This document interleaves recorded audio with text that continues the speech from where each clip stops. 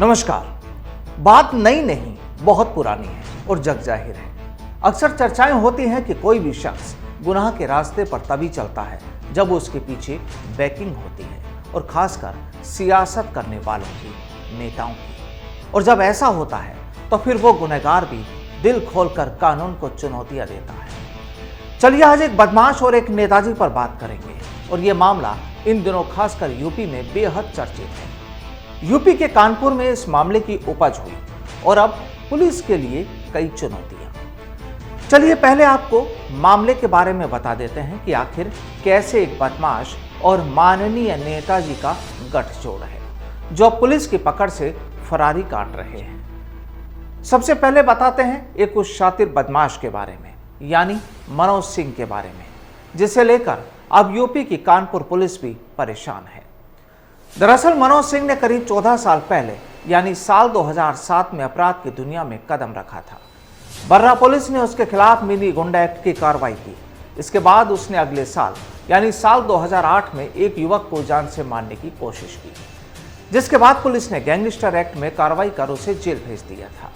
1 साल बाद जेल से रिहाई हुई, लेकिन इसने गुनाह करना नहीं छोड़ा। वो उसी रास्ते पर चल पड़ा और जेल से छूटने के बाद साल 2010 से 2013 तक यानी करीब 3 साल से ज़्यादा तक पुलिस ने उसके खिलाफ कई आपराधिक मामले दर्ज किए, जिसमें से 2 मुकदमे जान से मारने की कोशिश के थे। अब फिर साल 2014 में उसके खिलाफ बर्रा थाने में मारपीट, धमकी, दुष्कर्म और SC/ST की धाराओं में FIR दर्ज हुई। साल 2015 से 2021 तक मनोज सिंह के खिलाफ लूट, रंगदारी, चोरी, जान से मारने का कोशिश समेत अन्य धाराओं में यानी कई धाराओं में मामले दर्ज हुए, और हाल ही में उसके खिलाफ बर्रा थाने में चोरी और हत्या का कोशिश के मामले दर्ज हुए थे, जिसमें वह फरार चल रहा था, पुलिस के लिए वांछित था।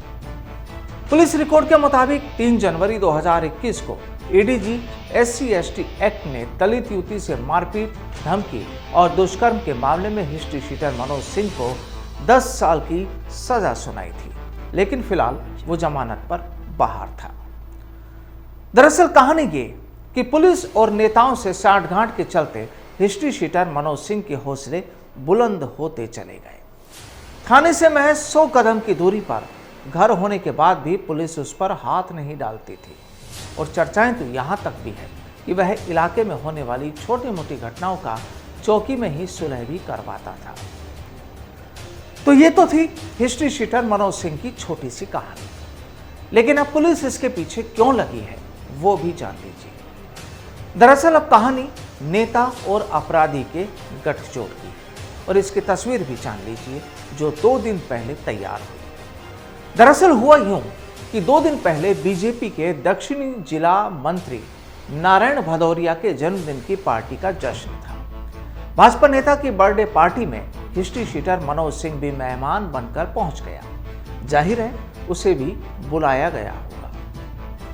अब उसकी मेहमान नवाजी शुरू हो पाती उससे पहले ही यहां पुलिस पहुंच गई, और 9 बजता पुलिस ने उसे गेस्ट हाउस के बाहर ही दबोचकर जीप में बिठा लिया। इस पर मेजबान नेताजी तमतमाते हुए समर्थकों के साथ बाहर आए और पुलिस के साथ धक्का मुक्की और गाली गलौज करते हुए जीप के आगे बैठ गए। यानी नेताजी को यह गवारा ना हुआ कि ये हिस्ट्री शीटर पुलिस की गिरफ्त में पहुंचे, और इस दौरान कुछ समर्थकों ने भी भीड़ का फायदा उठाकर हिस्ट्री शीटर को जीप से उतारकर भगा दिया। हंगामा हुआ, चर्चाएं हुई और पुलिस की किरकिरी भी। बीजेपी कार्यकर्ताओं ने हिस्ट्री शीटर को ले जा रही पुलिस की गाड़ी को घेर लिया। इसके बाद पुलिस टीम पर हमला कर धक्का मुक्की की गई। बात नहीं बनी तो कुछ कार्यकर्ता जीप के आगे लेटकर पुलिस विरोधी नारेबाजी करने लगे। इस दौरान कुछ पुलिसकर्मी भी घायल हो गए, ऐसी भी खबरें हैं। कई थानों की फोर्स के बाद पहुंचे ACP विशाल पांडे से भी कार्यकर्ताओं ने अभद्रता की। कुल मिलाकर नेता और नेताजी के जो साथी थे उन्हें पुलिस की यह कार्रवाई कतई मंजूर नहीं है।